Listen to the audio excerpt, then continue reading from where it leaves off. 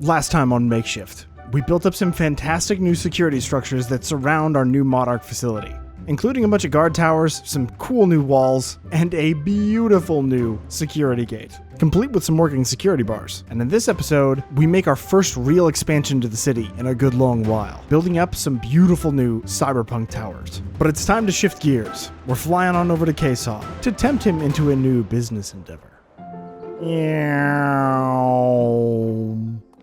Hello. How's Hello, it going? sir. First of it's all, good. I gotta say, thank you for all the chunk loaders. Leaving Oh, there yeah. and going back in. Break the power plant this time. I'm very glad. For viewers at home, there now exists an entire grid of chunk loaders underneath the more chunky turtles that were provided by the king himself. Why the king?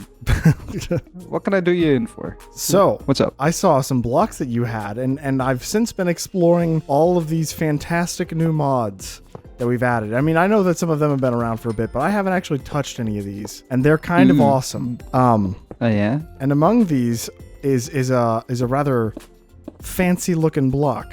That Ooh, yeah, I'm using this in... Can I show? Can I show? Oh Show and yes, tell? absolutely. Meow. I've been using them over here as viewing windows into the pipes. Yes, Ow. and I saw take this and I damage right was there. like, ooh, because these are these light blocks up, right? They're like an actual light source. Yep, they are. Like, oh yeah, literally. Oh, that's like light level 15. That's crazy. But I was like, I smell a business opportunity Oh yeah? because you have metals like copper, and I mean, I guess technically you also have, but I have some of these lovely No, things. no. I just happen to have access to these materials. You happen to be the owner of them. Correct. And with this opportunity, there's a hole here. Yeah. Oh, You'll get it eventually. sticky boots for the win. There you are.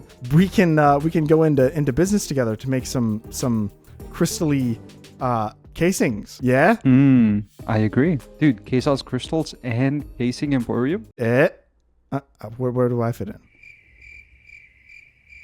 Well, it was. We'll work I on the was gonna have branding. 2 shots. It was gonna be. Yeah, we'll work on the branding. All right. I do like the idea though.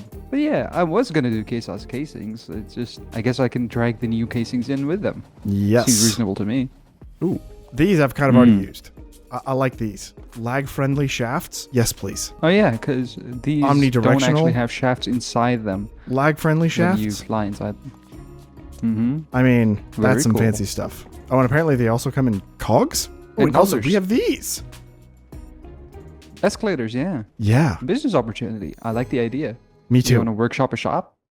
Hey y'all, welcome back to Plays Create on the Makeshift SMP. And as you can see behind me, I've been tinkering around with some of the new stuff. Like I said over there in the intro, we've got an exciting number of new items to play with. And while I knew they existed and have sort of been using them here and there, I've only been using them decoratively, these new blocks.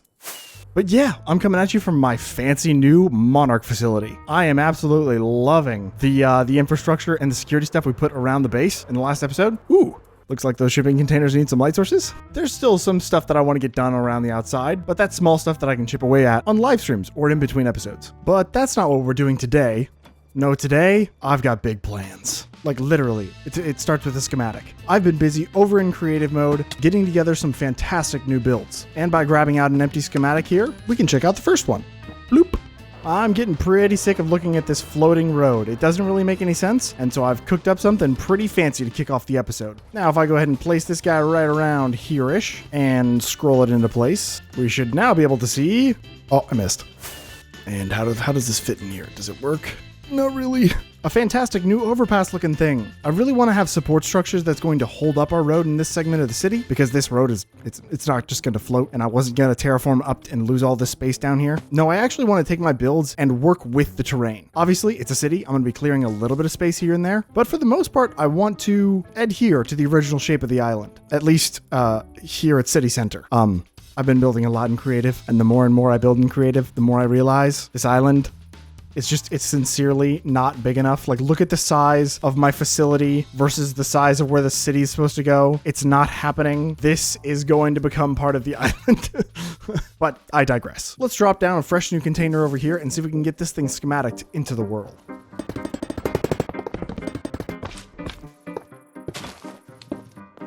As far as materials go, we should be able to just grab out some bits and bobs from here.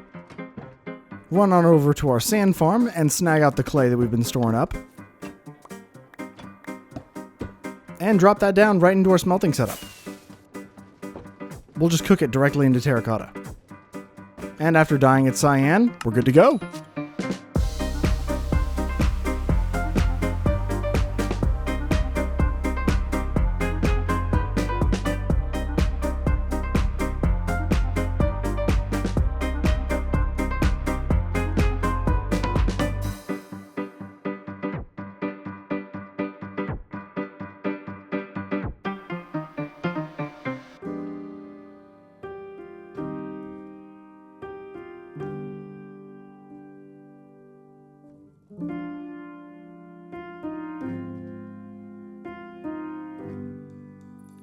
And after tossing in those few segments of bridge, we now have a lovely little underpass, or overpass. And this is going to help the area below stand separate from the roads, at least on this side over here. The build I have for today is going to go right here. I went ahead and cleared it out, and I went ahead and flattened this and laid this out with some of this cut stone that I like so much. I went ahead and also spun up a schematic of the build, and I threw it into our schematic cannon up there. If you've seen my videos before, I like to hand build my structures, but I do use create schematics to get a proper count of how many materials I'm going to be needing. And as you can see, I'm sitting on about 28 pages, which is a lot. It's a lot. I think I actually have most, if not all of the materials in this list kind of on hand. Obviously, I'm gonna have quite a bit of crafting to do, but I don't really think I'm gonna have to do that much gathering, which is kind of insane. Let's take it on over to the facility to see what all we have on hand.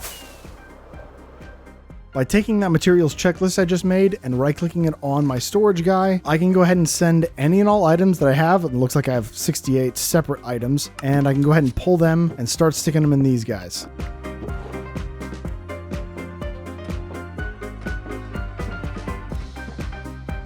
And I just filled like 7 shulker boxes full of items. I can take that on over to that vault that I have over there, and we can drop all of the items into here. Now I should be able to send this back through. And boom. How short is the list now? Oh, it's still very long. Okay. I mean, look at all these items that I don't have to gather anymore, though. That's so nice. Now, before I go diving into gathering up all the materials for our new build today, I want to get a few things done. For the longest time, I have had all the items in my toolboxes automated here up on my wall, but no way to automatically restock them in my my mobile workshop. So it's kind of counterintuitive, like why automate them all if I can't, yeah. So what I think I want to start with is I want to outfit all of these with some packagers and then add a bunch of restocker gauges so that all of my toolboxes can get restocked automatically. In this workshop, I'm using minecart contraptions to transfer items all the way across my base with these sort of faux item pipes. It's just a minecart contraption. It looks like pipes. It's not really item pipes. But if I want to get the items onto my workshop inside my toolboxes, I'm going to need a way to attach my minecart contraption to all of this automation up here. And since this one is custom, I think I can make this one pretty easily. I don't think I need to have one of my universal inputs where I'm sending the packages on a belt all the way around a bay. Instead, I think I can just hook up a bunch of portable storage interfaces with specific addresses right above all of these.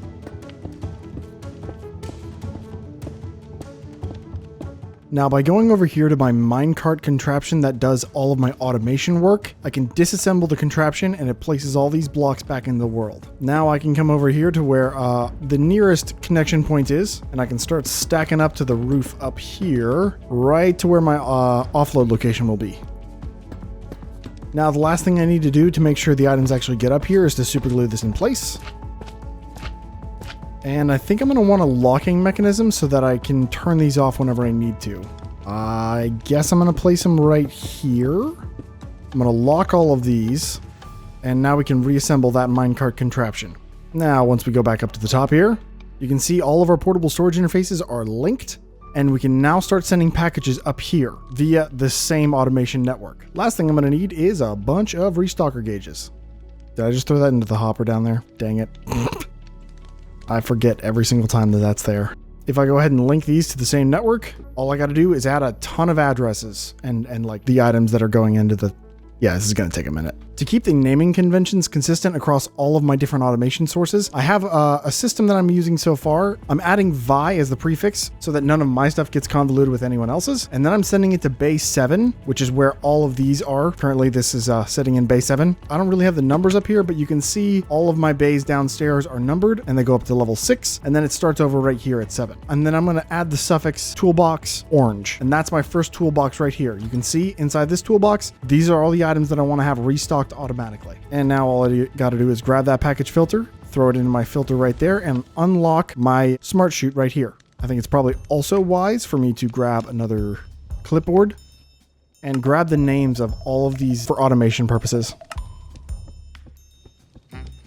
Now all of these are outfitted with the proper address. And this works similar to how a Frogport network works. I'm just using these smart chutes as the quote-unquote frog. The benefit to this system is that it's actually just insanely faster. And if I go ahead and throw a little hashtag in front of all of these, the clipboard will recognize them as addresses. I can close that, and now whenever I want to start addressing things to my network, it will automatically recognize the clipboard that's in my inventory. And I want to send that to the orange toolbox, so boom. And then I can just give it however much I want to have in here.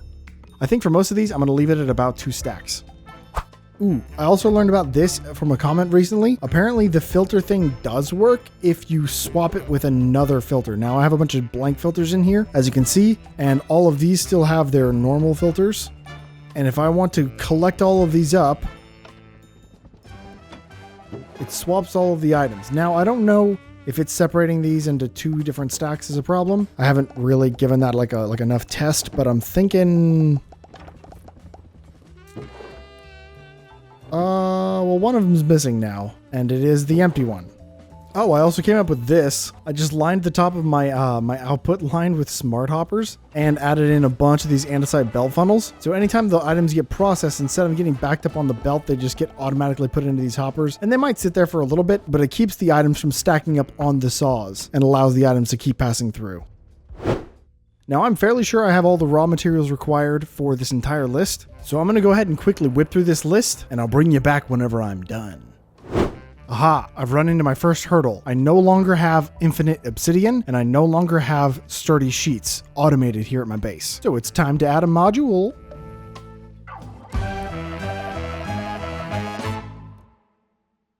And after setting up a couple quick modules of automation, I now have a way to create copycat panels, copycat steps, and a bunch of sturdy sheets. I just have it tiled 5 times. And whenever I want to make more sturdy sheets, I'll send 60 powdered obsidian to make 60 sturdy sheets to this address here, vi base 6 sturdy sheet. I noticed while I was over here that I'm starting to run low on a couple different things. My zinc deposit isn't great, but andesite alloy is dire. I literally am completely out of shafts, which means we're going to start running out of shafts in the crafting recipe and my vanilla craft stuff there. It's a problem. So we're going to go run and grab some more andesite alloy, probably a bunch of iron, and some zinc. I feel like anytime I go out, I might as well just buy some zinc.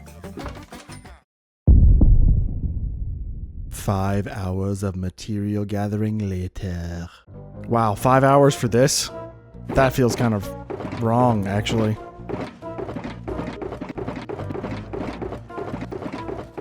Five hours is probably an underestimation, I'm not gonna lie. And counting up all the hours I actually spent designing this build, it's been a long time. So if you're liking the video and you'd like to subscribe and maybe hit the like button and leave a comment, it really helps out the performance of the video. It makes me feel a little bit like I'm not wasting hours and hours and hours of my life. Yeah, validation. Also, what is going on here? I logged out to... Oh, that's good. This is perfectly normal behavior. Good. Did it just delete the blocks? No, they're there. Maybe I should, Oh, that helped. Honestly, one of these days I really do need to give this thing, like, an overhaul. What happened? Like, what? Chunk border? Yeah, chunk border. Stuff like that scares me. But yeah, 5 hours, probably an underestimation. I actually had to go mining for the first time, and I don't even know how long. I was completely out of deep slate. Also, do you know how much it costs to make these stupid deep slate lamps? Just take a guess. Take a guess right now in the comments. Leave it down in the comments right now. How much deep slate do you think it takes to make that lamp? If you guessed 8 deep slate, silk-touched deep slate, and a torch for 1? Why? Why did you guess that? That's a terrible recipe. But it's time. It's time we founded the next district of the city. Every city needs districts of various degrees of wealth, especially a dystopian cyberpunk one like ours. And the people that live in that city need to have access to housing, and that's what we're building today. But I've gabbed at you long enough. The city expands. And while I build it up, I think I'll gab at you a little bit more about the lore.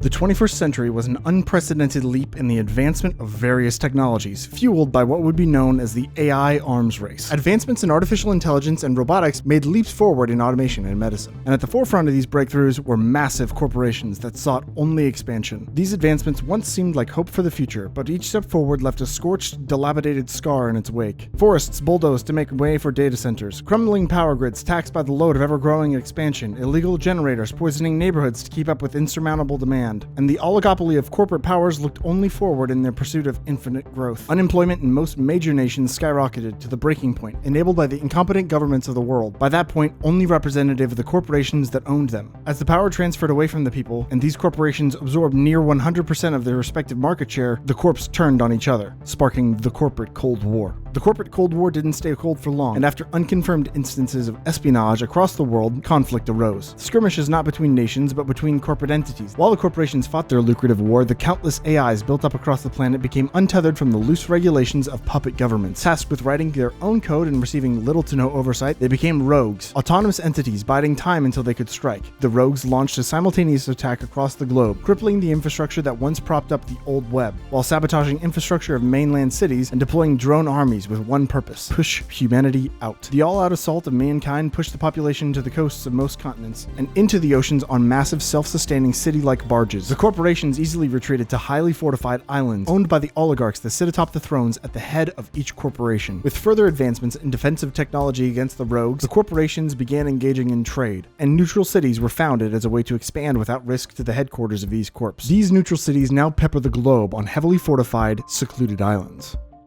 This is one such city.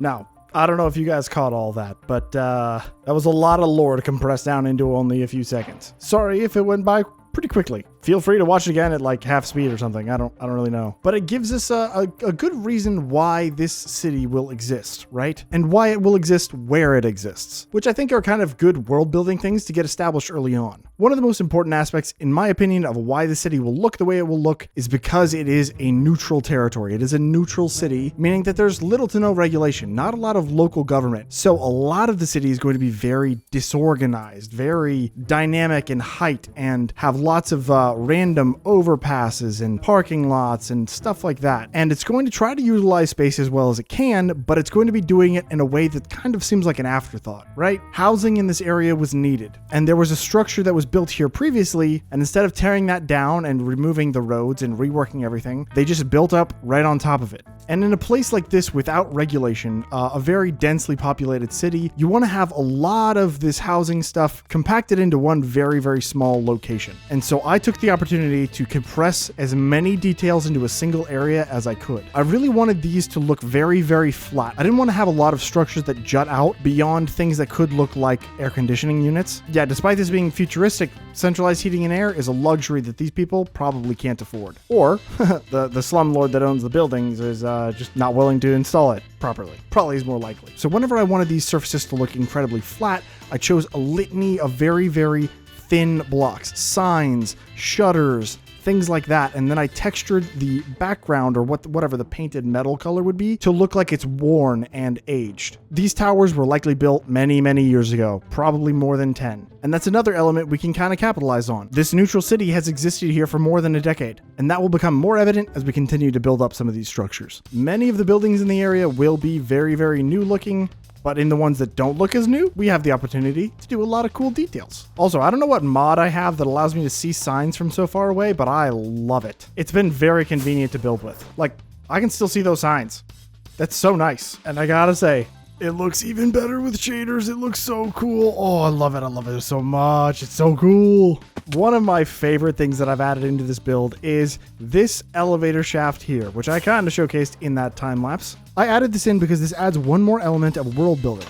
This lower tower was built here initially, and then another tower was built on top of that. And while this helps somewhat with accessibility, the tower that was built here is only accessible on their balconies via a ladder. It kind of showcases the dystopian, not very well accommodating society that lives here on this island. And it also hints at the living conditions and how poor they might be. Is this a little too dark for Minecraft, guys? But while there might be stairs inside this initial building down here, there was no way to get up to this upper tower. So I added in this afterthought elevator, which seems very rickety. And also I'm realizing now I need to probably change this. Yeah. Not the best living conditions, is it? One of my absolute favorite elements that we've added into this build is a little bit of bite graffiti. These are copycat bites, actually, from the Copycats Plus mod. And of course, now I don't have a white concrete powder to put back there, but it's fine. In this graffiti, it's just gonna say something simple like, kick the corpse, because people generally don't like the corpse, especially in a neutral territory like this where they can kind of say whatever they want. It's a little bit more free in that way, a little bit less responsibility. But I thought this one turned out pretty cool. Pretty decent for graffiti. Another cool aspect of things that I want to start adding to the city are companies. Obviously, we already have Monarch and we already have Reefco, but in a society that's going to be living the way ours is, access to food is going to be weird. Obviously, if there's a very large, dense population, you're going to need a lot of access to farmland, right? Except it's a city. There's no farmland. So what do these people eat? Convenience foods out of vending machines, actually. I'm making it even more sad to live on this island. And so the next company I'm going to be making, and I'm not really sold on this name here, it's directly inspired by Cyberpunk 2077, but Spontaneous Craving Solutions, SCS, or something, I don't know. Is that a real company? I should probably look up that acronym. People are going to be eating out of vending machines, pretty much exclusively, and they're going to be paying exorbitant prices. And also, they're going to be accessing things that, well, and on the interior, we don't need to talk about the interior. But I mean, tell me this thing doesn't look sick at night with the shaders. I mean, I think I need a mob switch here. I don't need zombies and skeletons spawning in my hyper-realistic cyberpunk city. No thanks. But down along our little miniature boulevard hill thing here, we also have the opportunity to start adding in some shops, some like little hole-in-the-wall type of deals. And I went ahead and even set up a little kiosk here with some of these awesome awnings. I love these. Also, you can jump on top of these, hold. It like makes you bounce. It's kind of goofy. But I figured I could fill this with like some peanut oil or something, and then like we could have some like fryers and yeah, little street vendor, kind of cool. I also want to start making these kind of commonplace. I want to have garbage strewn around the city. Like, why am I making my city so ugly, guys? It's the cyberpunk aesthetic, okay? Blame it on the cyberpunk aesthetic. But I thought these kind of looked like actual like garbage bags. These look like little blue ones with like a little knot tied on top. And then if I add in like some little pots to the top of these dried kelp ones, compact dried kelp from Chipped. They look like garbage bags. It's pretty neat. And finally, I think I want to start making an asset library of all the different small things that I can add in around the city. Things that I can just schematic into the world really quickly. Especially if I have some sort of centralized vault in the middle of the city that I can actually schematic things from. Which gives me a pretty cool idea. Oh, please, boys, please. But that idea will be for a future episode. I am just loving this build. It's so cool. Ooh, and another element I really liked, I started using these struts to kind of bridge the gap between some of these full blocks, and it makes a really nice rounded shape for like an arch structure. I used them here and in between in this arch right here, and then also on this edge over here as well. Pretty cool, right? And if you overlap them, it gives it like an even smoother thing. I kind of didn't realize until like I had already laid out a ton of these over here. But like this one is a little bit more disjointed, and overlapping them like the one on that end looks really cool. I spent last week celebrating Mother's Day and doing a bunch of other stuff with my family. So sorry for the no post last week, but I'm hoping I can kind of double it up this week. Maybe make up for it. And with that, I think that's where we leave it. We kind of made an insane amount of progress in this episode. This is like, it doesn't look like much, you know, because these buildings are pretty small, but the amount of detail blocks, it's kind of crazy. A lot of effort. So I'm really happy with the progress we made in this episode. Also, I love how these just fly past these towers. Come check this out. Like, look at this.